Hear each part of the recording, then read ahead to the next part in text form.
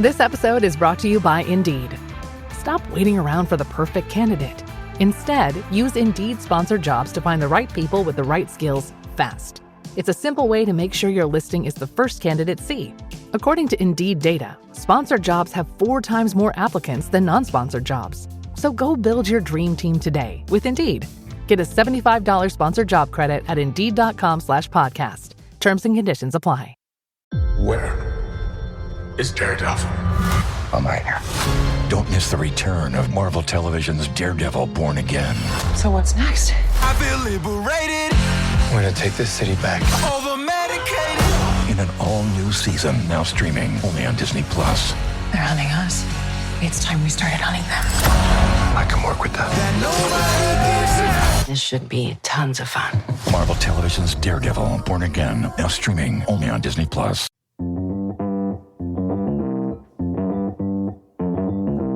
Live from the Fireside app, it's the Stacking Benjamin Show.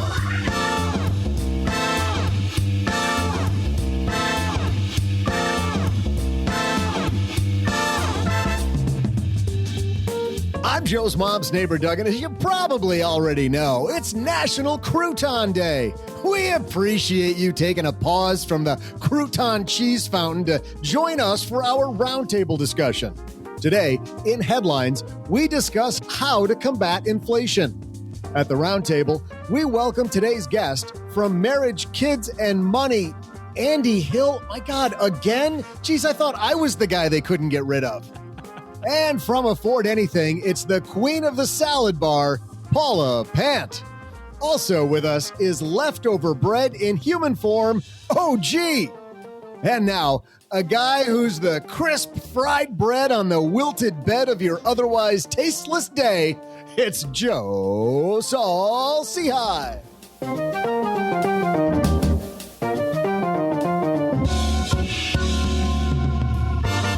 And a happy Friday to you, Stackers. I am Joe Saul Seahigh, Average Joe Money on Twitter. And you know what? I'm hanging out here at the Marriage, Kids, and Money headquarters with my friend Andy Hill as we're about to make some new friends here in the D and talk to some old friends. It's snowing out in Detroit.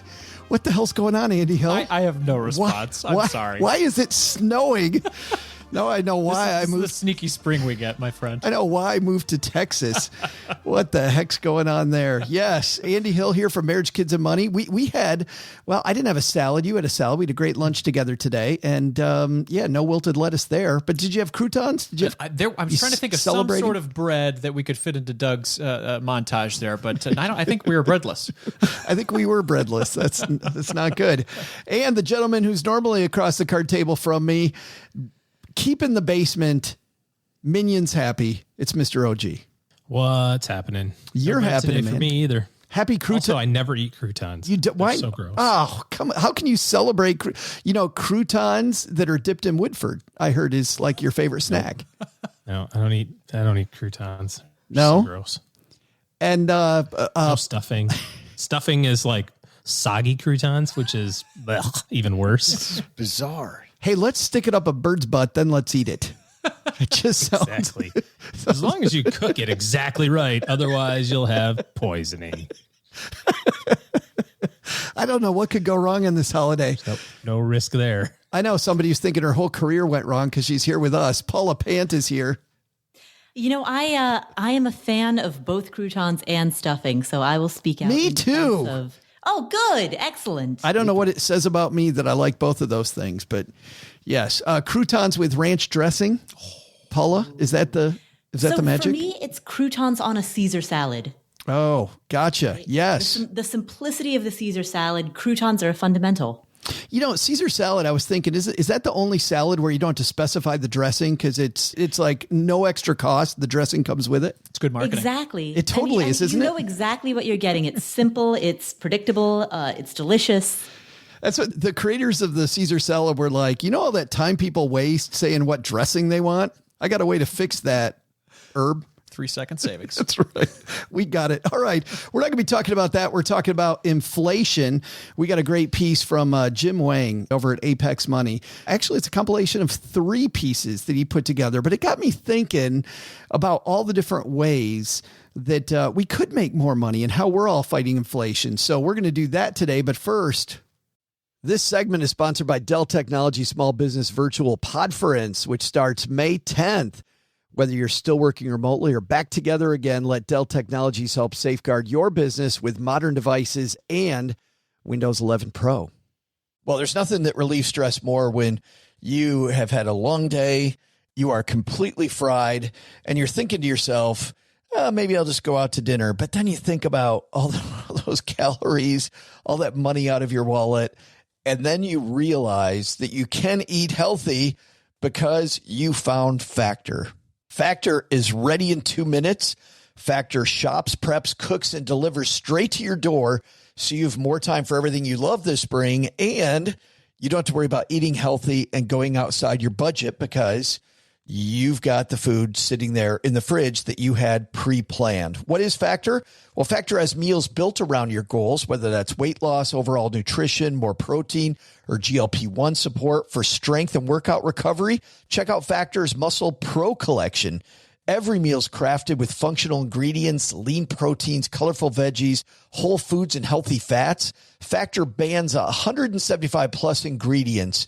No artificial colors or sweeteners, no high fructose corn syrup, no refined seed oils, just nutrient-dense foods. It's fresh, never frozen, over 100 rotating weekly meals, including globally inspired flavors like Mediterranean and Asian, so there's always something new to look forward to.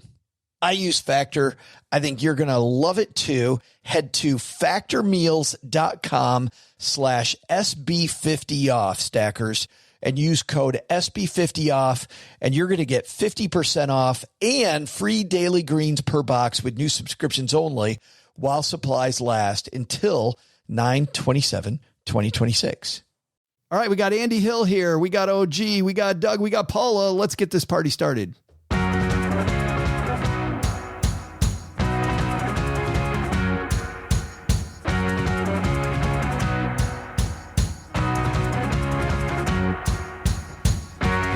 There's so many ways to make extra money, and I feel like we spend most of our time thinking about just how do I cut costs, right? And things cost so much money. How do I cut costs? And you can cut your way to making the budget matter, but I love that phrase, you can't shrink your way to greatness. And you're never going to shrink your way to greatness while inflation keeps going up and up and up. Even when it's not going up as high as it has lately, you still need to find ways to make more money. So today we're going to talk about that. Let's start off with talking about, well, at your full-time job. And Andy, I'm going to start with you because you're the guy that has for a long time worked the 9 to 5. Did you ever have to go to your boss and ask for raises? Yeah, I did have to go ask because I found the longer I waited and just hoped for that monto come, they didn't give it to me. What? It was really weird.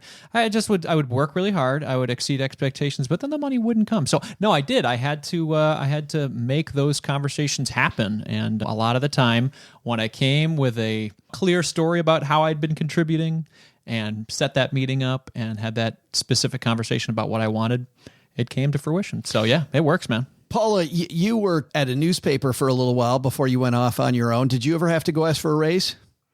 I did receive a raise once, but I didn't ask for it. It came hand in hand with a promotion. So they promoted my title and responsibilities and handed me a raise to go alongside that. You became assistant to the assistant? Yes, exactly. Moving on up the ladder.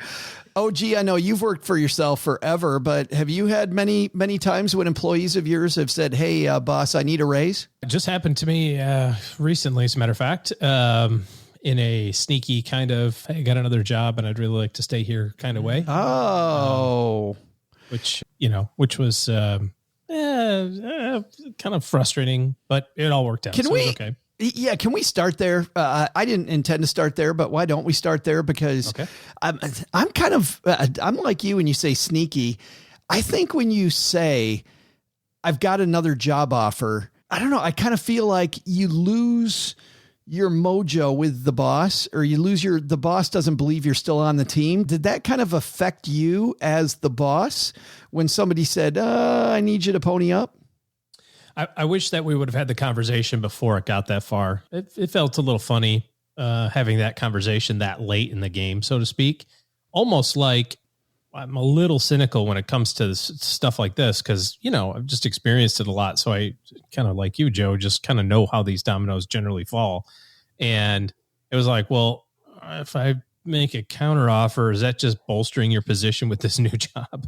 Like, oh, actually I got a counter from my other job. So can you guys raise it? Or, you know what I mean? It was a little weird. And I would have preferred just to have it on the front end of it. But and then also still, how long until they're out the door anyway, right? Because if they're asked for money, is it really the money, or they just don't like being there? Even if it is just the money, I still, as the boss, I think they just don't like being on our team. Yeah. It's all of those things were things that I talked about, was concerned with, and talked to the employee about, and I have no other reason than to believe her exactly the way that she said, which was, it is about the money for me because of these other external circumstances. And also PS, that's kind of what the competitive market is now for this role. So I'd like to stay, but I also have to kind of think about myself when it comes to, personal finance. So it doesn't give me I don't get a lot of energy playing the probably full of crap game. It's just a lot easier just to believe them what they say and let the chips fall where they will. So valuable member of our team, was not excited about the process that it went down, but totally okay with the outcome. Yeah. So Andy, you're nodding your head. You don't agree with that leverage type of negotiation either? Well, I'm thinking back to the time when I approached my employer at the time when I did have another opportunity. It wasn't, hey, here's what I got from these guys, you're going to counter. It was, I was on my way out the door. I had made a transition period in my life, and I said, I'm done with this place. I'm going to this new place. It wasn't leverage. It wasn't a, hey, what can you do for me now? I had made that decision in my brain that I was on my way out, and I was very thankful for the 7 years that I had at that place. I was just ready for something new. So I feel like at that point, if you're using it as leverage, to your point, you're probably going to be gone within the next 6 months anyway. You wouldn't even wanted to stay then. No. You'd been like, it wasn't a money thing at that point. It was something different. So, Paula, how about you? You on board with that? Don't use it as leverage? Yeah. I mean, I think it signals that you're on your way out the door one way or the other. Andy, what's your best tip then for going to your boss for a raise?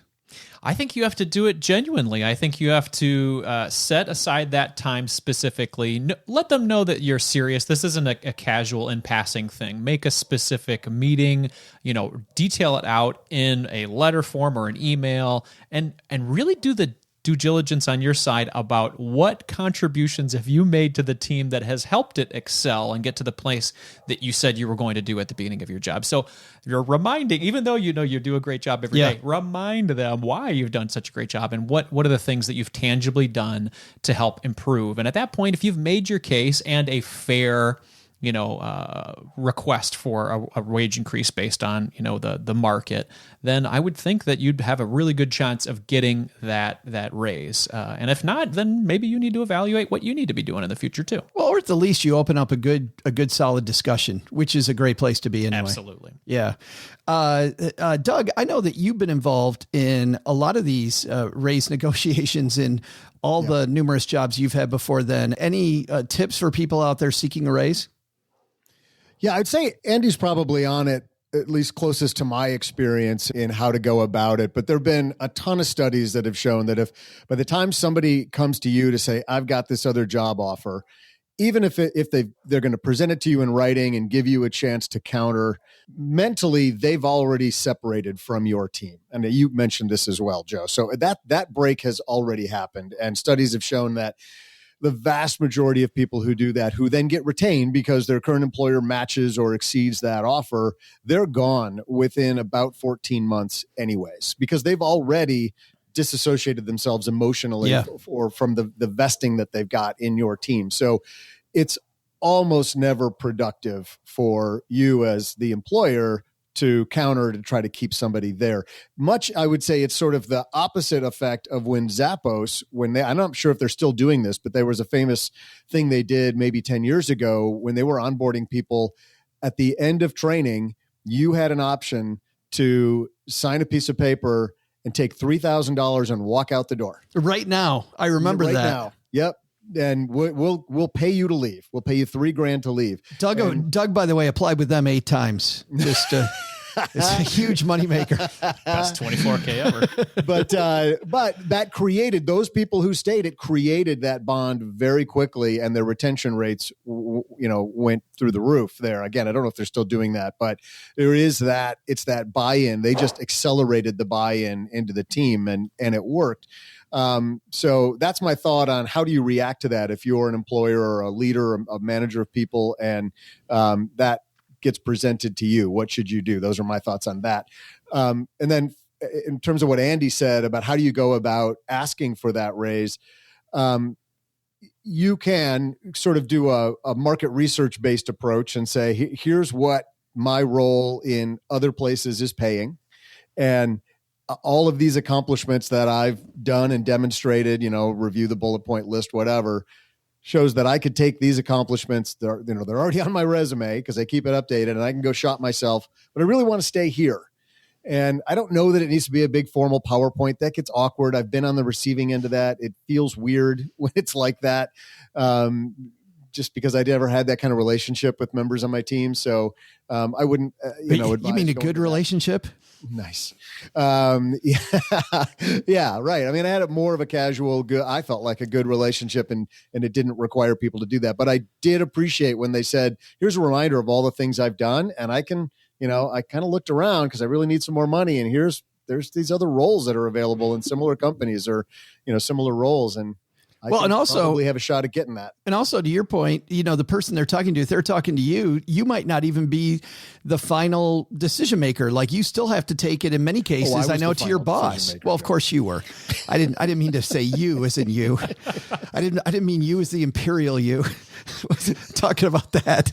I was talking about, though, a lot of times the boss, if you're in a big company, especially, you're just giving them ammunition to use on somebody else. Well, and the other thing to be aware of is that, and most people is that in any, I'll say mid to larger size organization, there are pay bands that get very difficult to go outside of. So if you're already towards the upper end of your range allowable for your grade or your specific role, then another way you can present that to your leader is to say, I realize I'm already towards the top end and it'd be very difficult to give me a raise to where I want to go.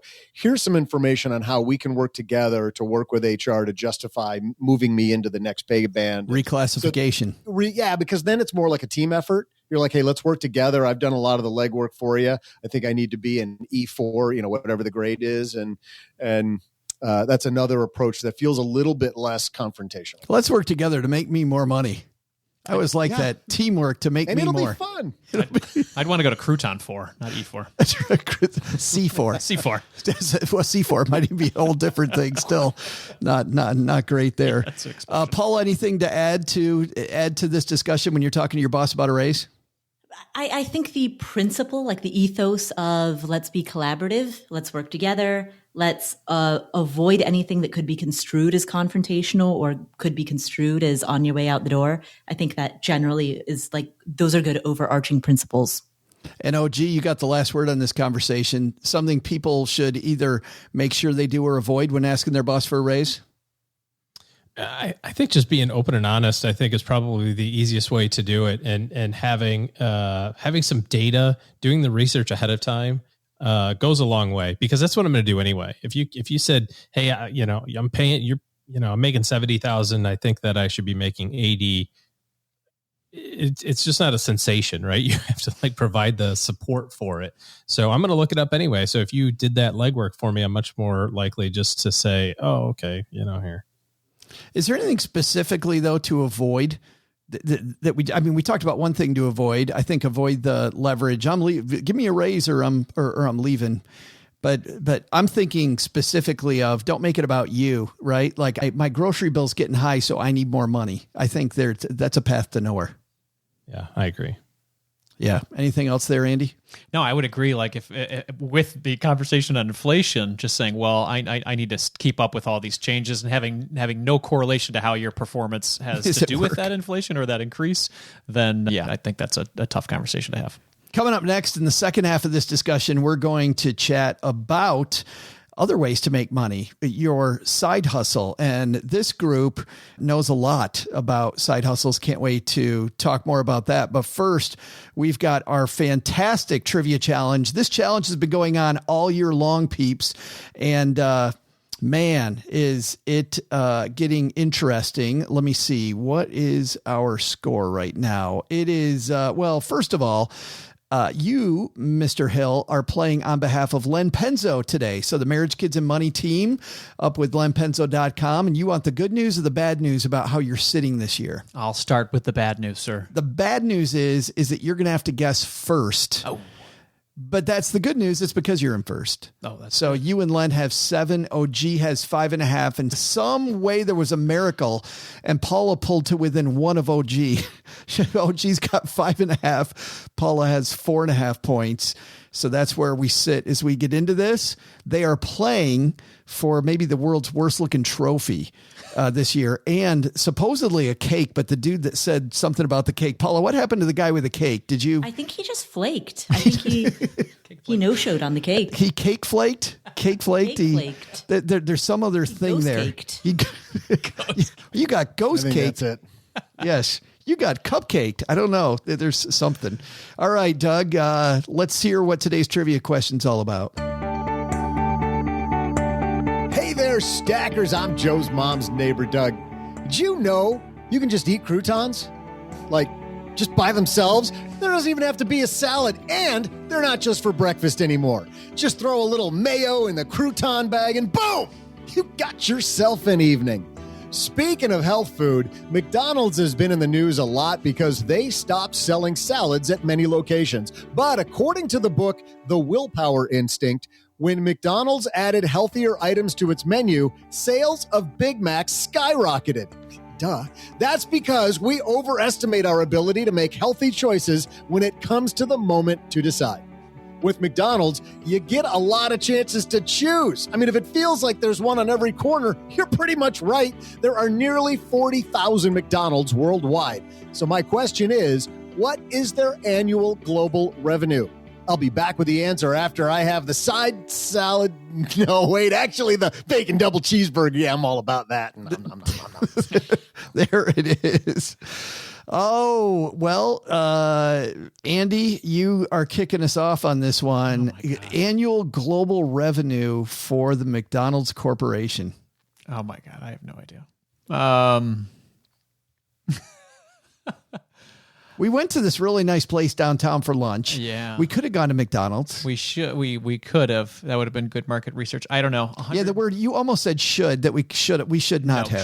Should not have. I'll just throw out $150 billion because I have no idea. $150 billion. Doug wins the contest, saying that Andy was going first and was definitely going to go for the billions. So nice job. In the writing meeting of this episode, Doug's like, I think Andy's going to say billions. Billions. Yep. So there we go. All right, OG, you're in the hot seat now. Andy anchors you with $150 billion. Where are you going? So what's the question? The total revenue for McDonald's? Globally. Global revenue, yep. Okay. So total revenue for McDonald's? Global. I don't know if you're the word global. So, but we're including it all. I think I was. So universal. Total is a synonym for... It could be all of them in the universe, couldn't it? We could have went universal income. And the parallel universes. If you take all of them that are on Jupiter and Saturn and the United States. And add them to the Earth. Global revenue. I don't think it's 150. Andy said 150 billion. Seems very high. I'm going to say 67.5 billion. He goes billions. All right. So you said revenue, not profit, right? Yeah, revenue. Correct. Yes. All right, Paula, we got a couple billionaires in front of you. So if my memory serves me correctly, How often has that worked, by the way? Rarely. We've been doing this for years. Elon Musk, I believe, offered to buy Twitter for $48 billion. And so I'm using that as an anchor point. I think there's more hamburgers than there are Twitters. Yeah, my anchor point is still, I can't imagine annual global revenue would exceed the total value of Twitter. And so I'll go with 67 billion. 67 billion.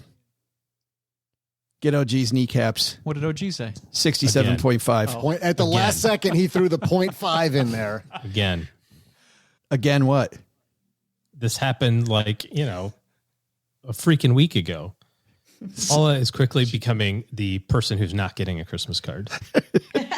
I've never received a Christmas card from you. Oh, Case in point. move, Frere. So what I think I hear OG saying is that he doesn't like it when Paula Chelsea Brennan's him.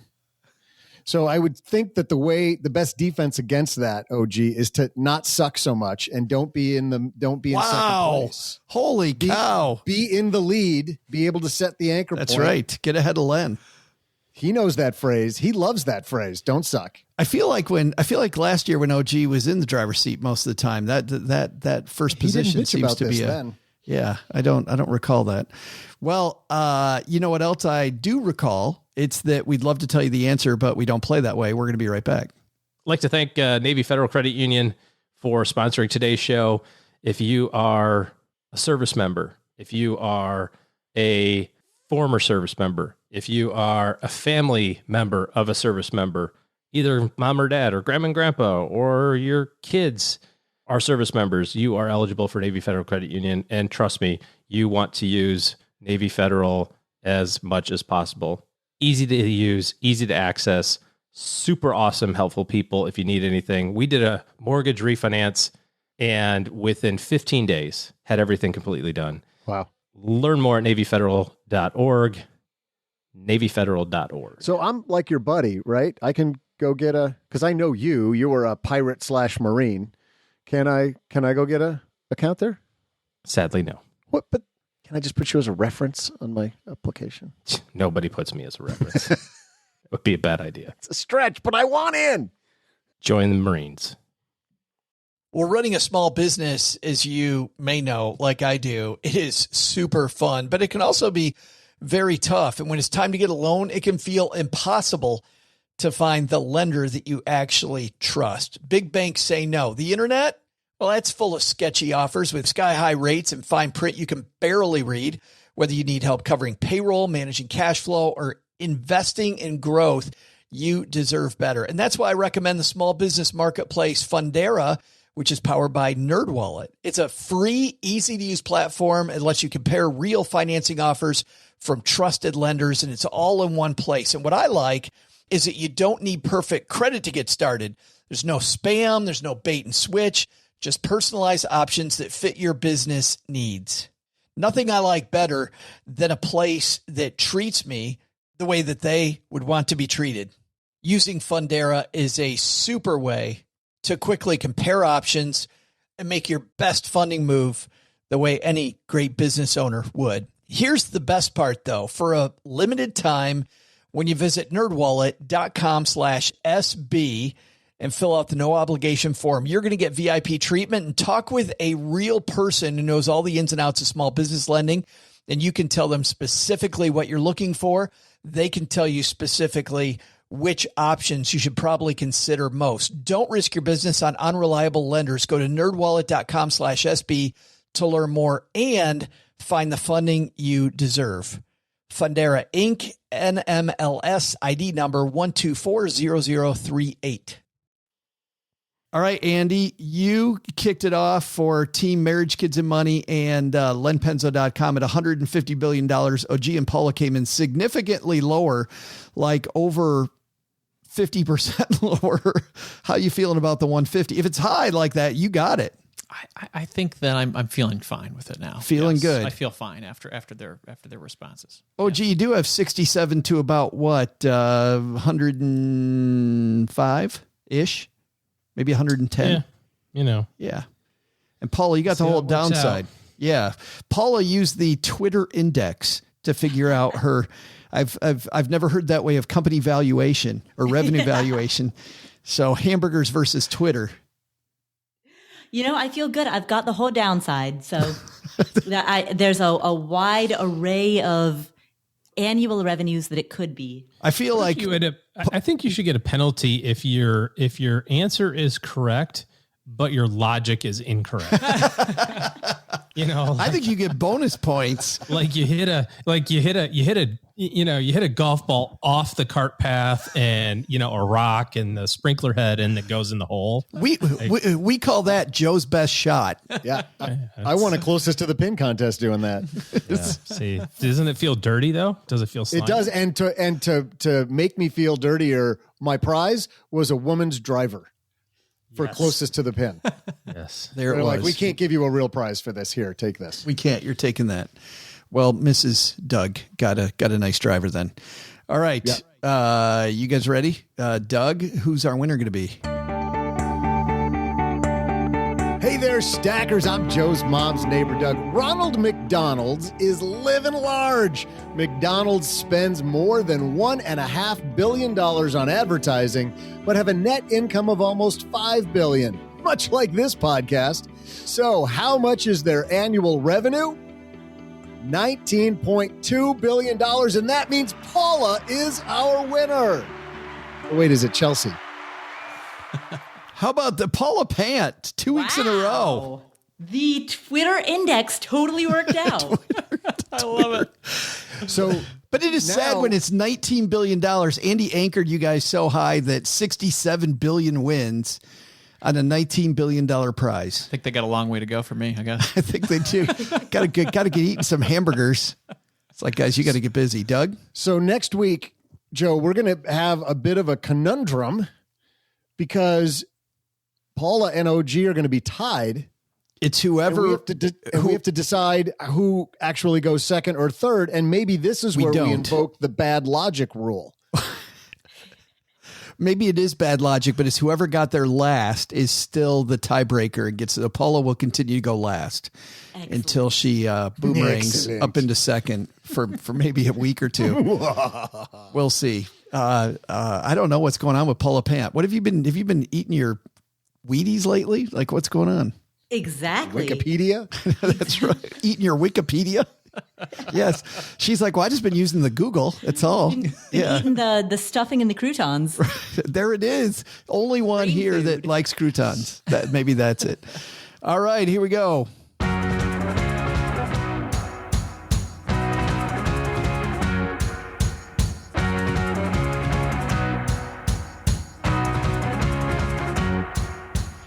Second half of the shindig is brought to you by Magnified Money. Mr. Andy Hill, you know what happens when you go to StackyBenjamins.com/magnify-money? You are able to save a boatload of money. It's amazing because over 92% of the products available online all ranked head-to-head at Magnified Money. Turns out that those brick-and-mortar bank products like checking accounts, savings accounts might not be as good as the ones online.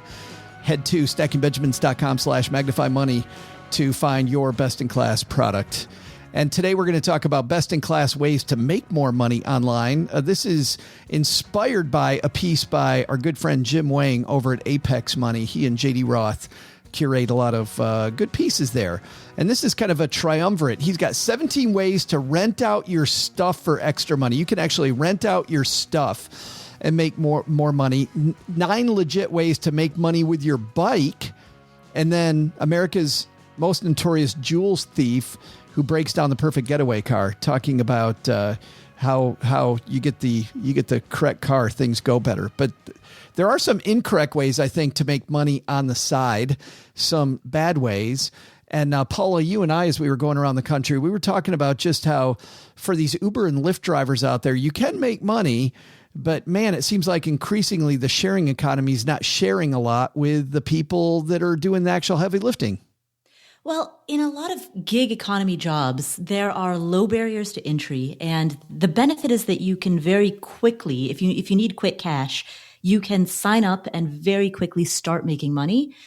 But because there are low barriers to entry, there's a lot of downward pressure on prices. And so any gig economy type of job is not going to pay as well as you could otherwise get paid if you were to alternatively take on some type of a side hustle that has a higher barrier to entry, more of an on-ramp. So there might be more initial time where you're not getting paid because you're building, you're scaling, you're developing a product or service. But once you get past that initial on-ramp, your competitive advantage is stronger. So like charming yet hilarious podcast host would be one with a high barrier to entry. Okay, good. But podcast in general, A&D and Paul. Oh my God. We should have rethought that. Longest running side hustle ever. Yeah, very low barrier to entry. Can't figure out why we can't make any money, OG. What the hell's going on? Like, wow. But OG, to Paula's point there, don't you think this is the issue with multi-level marketing, is that low barrier to entry? I mean, it's not that the products necessarily are good or bad. It's that anybody can sell them. And so because of that, it's very difficult to make a living. Yeah. Well, I mean, again, with something like that, it's not as easy as people think. And I mean, from a selling standpoint, it's come make $5,000 a month in your spare time. It's like, okay, just the logic behind that should kind of have everybody's spidey sense tingling just a little bit, right? If it were so easy to do, then everybody would be doing it. So there must be some barrier that we're not considering, whether it's I got to maintain product or I've got to be a really good salesperson or, something like that makes it a little bit more difficult than make 5,000 in your sleep or whatever the claim is, So then side hustles, if we're not going that way, Andy, assuming that you agree, where do people start when they're looking at side incomes? What should you really focus on? Well, I try to think back of some of the folks that I've had a chance to talk to, or even some of the things that I've done. I think your point on the low barrier entry ones are very low paying. And so if you're able to utilize maybe some skills you already have from your work life or anything like that, to utilize those skills to help you get closer to that $30 an hour range or higher. So it's actually worth your time. That might not be a bad place, but you want to make sure it doesn't conflict with your current full-time job and having some sort of competition. So that's why I like our first segment where we're talking about the quickest and easiest way for you to make that extra money is where you're already getting the money. But yeah, if you have some skills that are translatable to another side hustle in your field of interest or your passion area, I think that's always a great place to start. It's like graphic designer, but doing graphic design in a whole different part of the market. Right. Talking about that, not showing Bank of America.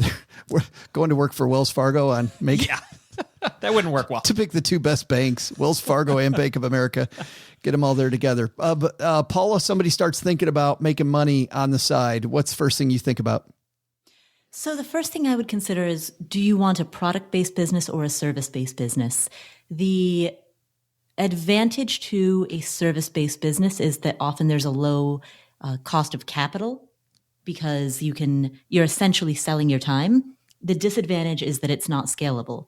Ultimately, the only way to make it scalable would be to start an agency and have people who are performing those same services under you. But then quality control gets a lot harder. By contrast, if you develop a product-based side business, regardless of whether it's a digital product or a physical product, I mean, digital products have a slightly lower cost of capital, but there's still so much, more than you would expect in terms of not just software, but marketing costs, outreach. Both of those have higher hurdles and higher capital costs, but ultimately they're more scalable. So that's the first thing I would think about, is which one of those two do you want to go into? But it seems like what you're implying too, Paul, is that there's some math that you also need to employ with those startup costs. I mean, not a ton, because I wouldn't tell somebody to bust out a spreadsheet before they really know what the numbers are, because that can just be garbage in, garbage out. But I would say, think about how long of an on-ramp you're willing to tolerate. How long could you spend not making money, or even, investing money and not seeing a return? So what's the duration of time that you're willing to tolerate? What's the total amount of money that you're willing to put into this? What is, how quickly do you want to start seeing cash flow, a positive cash flow? And are you willing to trade off higher cash flow in the future for quicker cash flow now? So I would start there. And plus, you can always pivot. You could start with a service-based business and use that to float you for a little while you pivot to product, for example. Yeah, like Amazon. Well, I guess this is one product into other products, but Amazon starting off as a bookstore, which I think a lot of people even forget now that people just used to get only books from Amazon, but then pivoting to other products and other services, other things that you can do. OG, we hear a lot about your passion and about doing things that you're passionate about. How much do you think about when somebody starts a second job or a side hustle, doing what you're passionate about versus chasing an opportunity where there's an opening in the market? It's such a challenging question to answer because sometimes the things that we want to do, we haven't figured out ways to earn a living doing it yet. You know, there's some activities that I do in my free time that I really like, and I like almost as much as everything else I do. It's just not it's set up in a way to provide a lifetime sustaining income from it.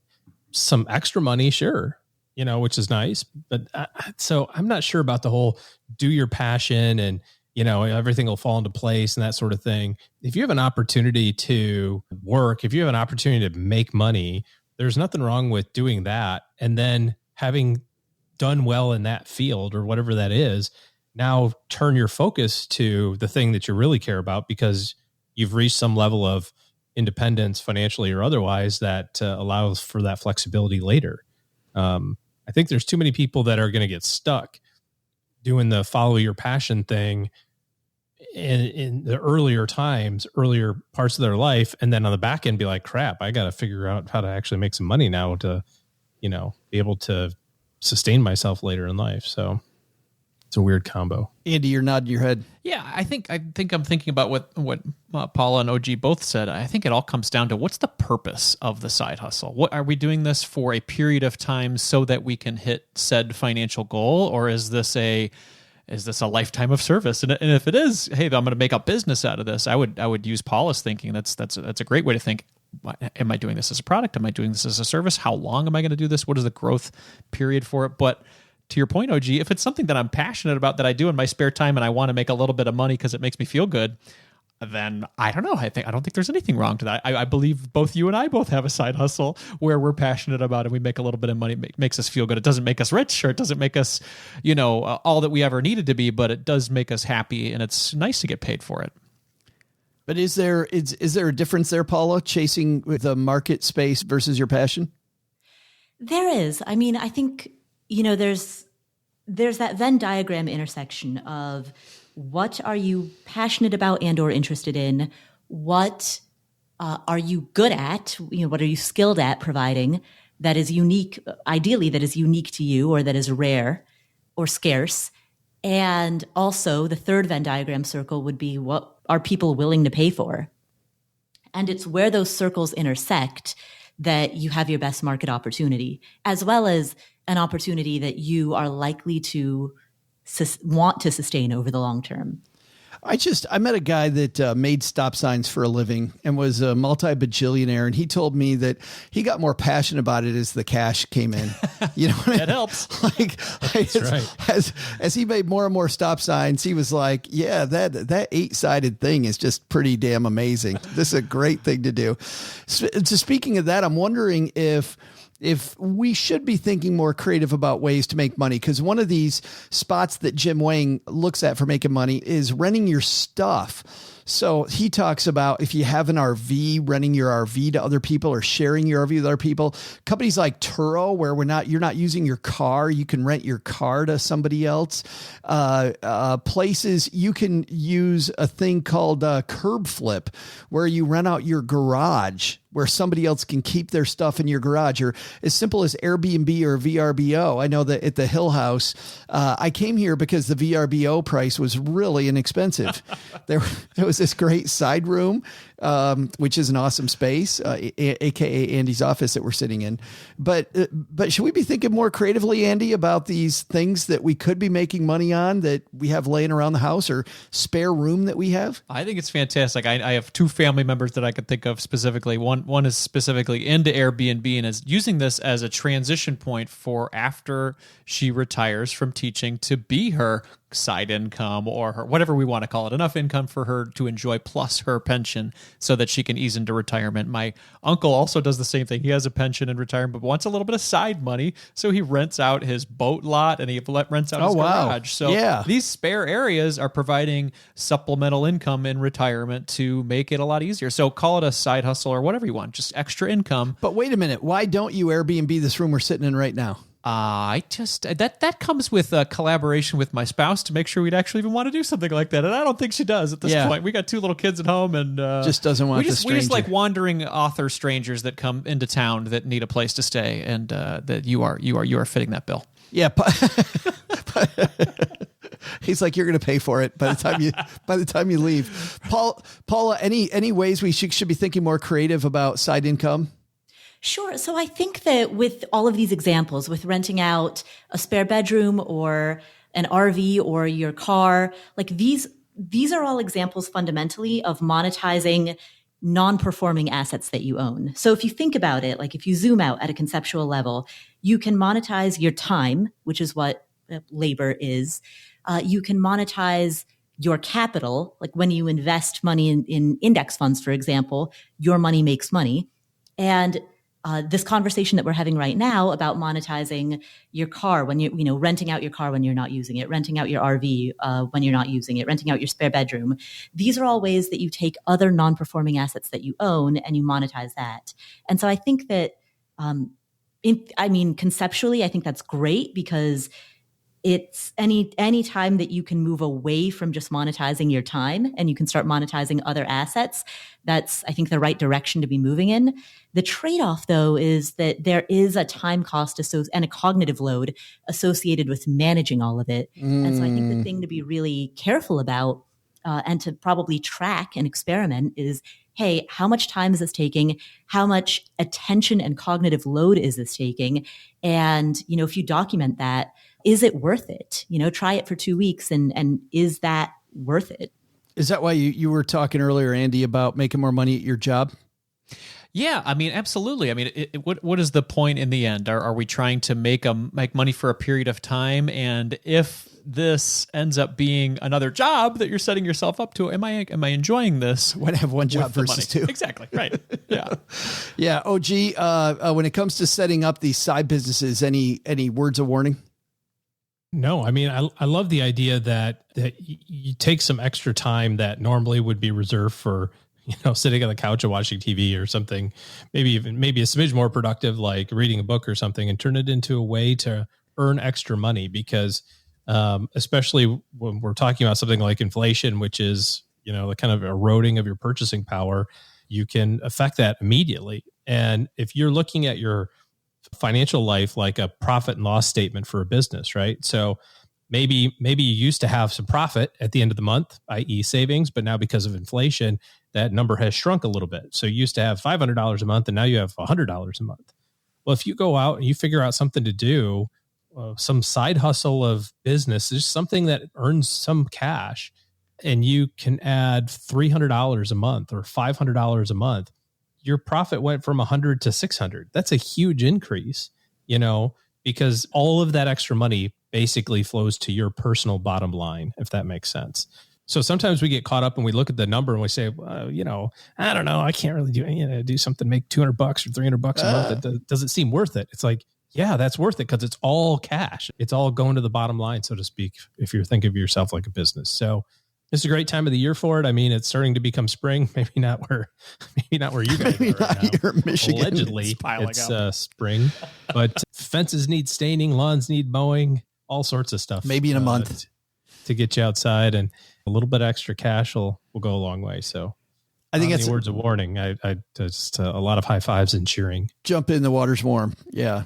I love the idea of starting off with what your end goal is. Like Andy said earlier, I love the idea of asking for raises at your main job and focusing on building this argument about what you've done for the company that justifies a raise.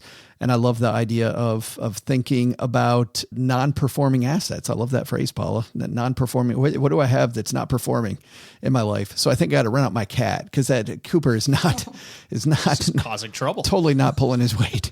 That dude, not making any money, eating a bunch. All right, that's going to do it for today. We'll let our guest of honor here sitting across from me go last. But Mr. OG, you're not going to be playing outside in the snow like we are later. What do you got going on this weekend?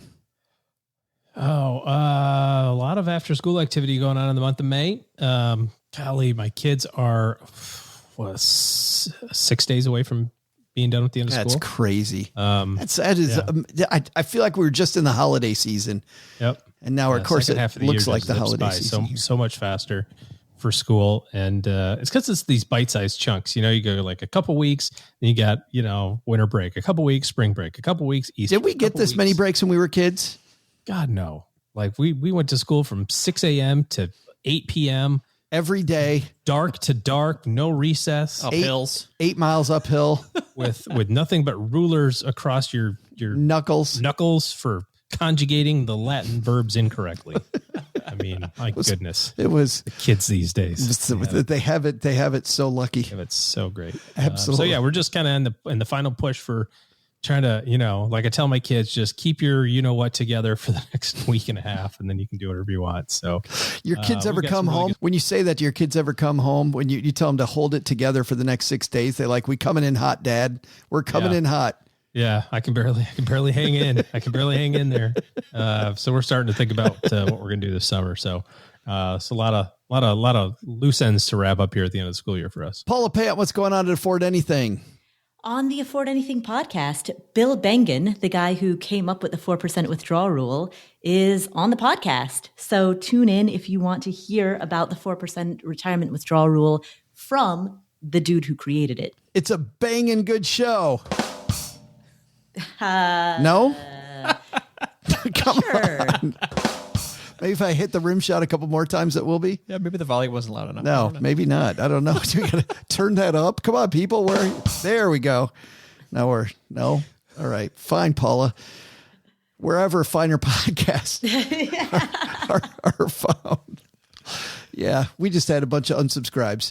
Hey, but not before. Don't go before you hear about Andy Hill, because that's a good podcast over there at Marriage, Kids, and Money. What do you got going on? Yeah, Marriage, Kids, and Money's going great. We've got a great guest coming up, Bobby Rebell. She just came out with a great book called Launching Financial Grownups. We're going to be featuring her and talking about, when your kids get to that older range in the teens, like how do you help them get over the edge to become adults, and then so they don't boomerang back home. So it's going to be a fun conversation. So check that out. You and I were talking at lunch today about your fun conversation that I watched. This is a while ago now, but with the Holderness family, the popular YouTubers. Absolutely. Yeah, they're a great couple. So yeah, we have a lot of great couples on the show talking about all sorts of things, not only the financial things that go along with marriage, but how to, keep that connection, how to grow it, and how to have just a great, happy home together. So it's a lot of fun. Awesome. And Andy's learning very quickly that the key to a happy home is not having Joe as your house guest. It's to bring random strangers into your home and tell your wife about it 24 hours before.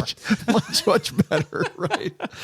All right. That's going to do it for today. Doug, man, you're going to finish this thing off for us. What should we have learned today?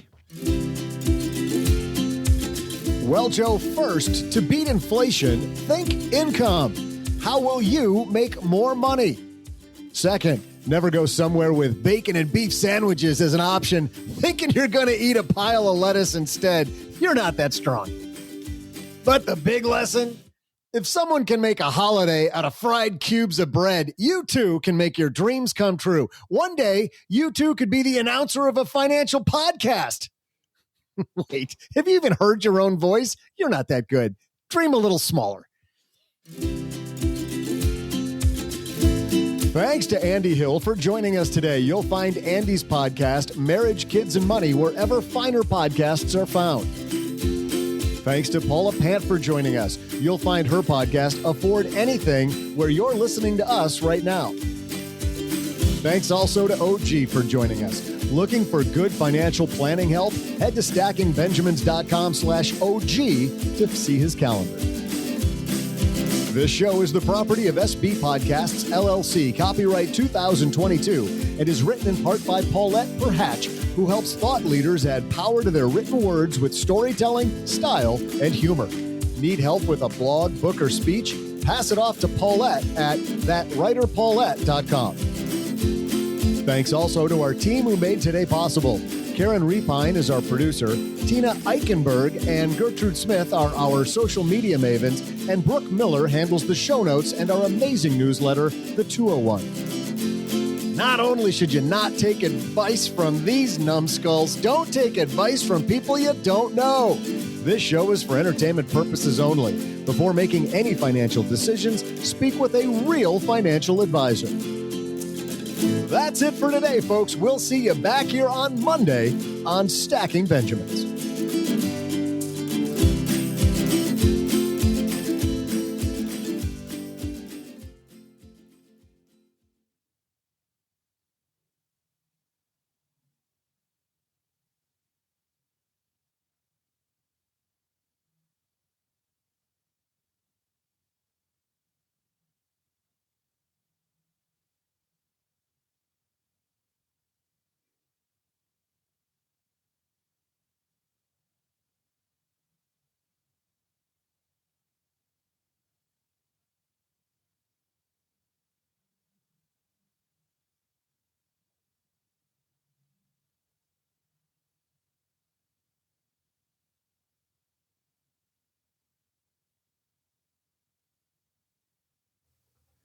Welcome to the after show. This is the part of the show that doesn't exist. If you're new here, what happens in the after show stays in the after show. We don't talk about it. If you do want to talk about it, you just can't help yourself. We've made an exception a long time ago. Not sure why we did it. We just should have banned people from the community. No, you can't talk about it, but you can call it dessert. We were talking about good ways to make money. I found a piece here. This is at makechange.aspiration.com. I've noticed, Doug, by the way, that if a URL has 2 dots in it, it's worth a lot more than ones that have 1. I think those are commas. If you have 7 dots in your URL, if it's at make.change.ask.per.ation.com. These are 12 weird, ridiculous, creepy, and gross ways to make money. And I thought we'd get your feelings about some of these. The first one, we've talked about the first one here before, Snuggle. And Doug, I remember we did an episode, didn't we, where you were thinking about being a professional snuggler? We did. It's working out great for me. I think I made like 75 cents on that. That's just pure cash profit. But I really want to pay Doug not to snuggle with them. I'm throwing 75 cents your way. Please don't. 80. You don't know that didn't happen. It's going to be difficult to scale, though. Did you hear what Paula said earlier? The scale, the snuggling. You can't. Well, you could go 2, maybe. But I'm a pretty big guy. I can handle 2 at once. one on either There's side. a lot of me to love. Can you go 3? Be somebody snuggling on top of you 2? Could you imagine snuggling with OG for $80 an hour? Like hugging a cactus. OG? No? It's quite enjoyable. Yeah. This next one's gross on the list. This is not my list. This is their list. CNN wrote about an MIT research assistant who made $1,000 a month selling poop to labs to use in fecal transplant. Who's getting their fecal matter transplanted? Well, that's a thing. Actually, no, that is a real thing. Apparently it is. It says no, and it's getting some. It saves lives. I've heard good things about it, actually. Yeah, there are people who have a kind of an imbalance in their guts with the various bacteria you need for good digestive health. Wow. So once they get samples that they deem to have the right balance of whatever you need for certain makeups of, in different nationalities, because everybody has different chemical structures. It's weird, but as comical as it sounds, it's a real thing. 14,000 people a year die, Doug, this piece says. Giving away their poop? No. Selling their poop? Damn. It's like, never mind. That's a dangerous job. What is the process? Now I want to know. No, you're saving 14,000 people a year who die. 250,000 people a year get sick with this Clostridium difficile, or C. diff, they call it. 14,000 people die of that, and you can help them. But by the way, only 3% of people have the perfect poop required. I was going to say, Doug's like, interesting. That Joke's on them. Sir, please stop sending this. It's rare. What's that, Paula? It's the Venn diagram of what you have that's rare. That's right. Right? You have your unique attribute. Talk about passion. Monetize it. Only And it provides a service for the world. You're saving lives. we were talking a few weeks ago about eating Are you jet. still in there? I'm working on my side hustle. That's right. I'm working on my passion project. You're writing off magazines as business expenses, your cell phone bill. Get one of those little squatty potty things. Those don't work. Doug's tried them. Yeah. Doesn't go. Doesn't. That's a scam. Number 3 on this list is to be a friend. I've heard that one, but isn't Why is that creepy? What does that say? It's the creepiest awareness. This feels kind of like prostitution, doesn't it? Yeah, if you're getting paid for it, being a friend. It's not that bad. There are services where you can buy friends? Yeah. So you rent a friend. Here's what it says. Want to learn to surf, but you don't want to pay for the lessons? You rent a friend. Wait a minute. Why? Why would you not pay for the lessons? Want to try a new restaurant, but you don't want to eat alone? Want to, you want a tour guide in a new city? Rent a friend. $50 an hour by just being somebody's friend. That is creepy. About what my cell phone bill is to talk to Doug every week. So seems about right. Does that kind of ruin? Maybe get off a plan that limits your minutes, OG. Isn't there a definition of friendship that just kind of kills when you hand over $50? Like, is that truly a friend? That's like the in-person version of that movie Her with Scarlett Johansson. That was such a good movie. It was. Yeah. I like that. It's a very good movie. Okay, another gross one. Selling your used underwear. What? Yes. It can be First? It can, Paula's already got the Googler out. Could crank on that one. Says it doesn't even matter why you're throwing them out. Weird stain, too small holes in them. Those will likely sell for a premium. I don't want to know. What? Yes.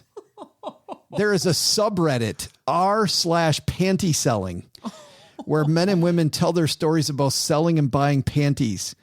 And they also news to you. See, it's the second oldest profession. In Japan, they had to shut it down. They have vending machines that sold them.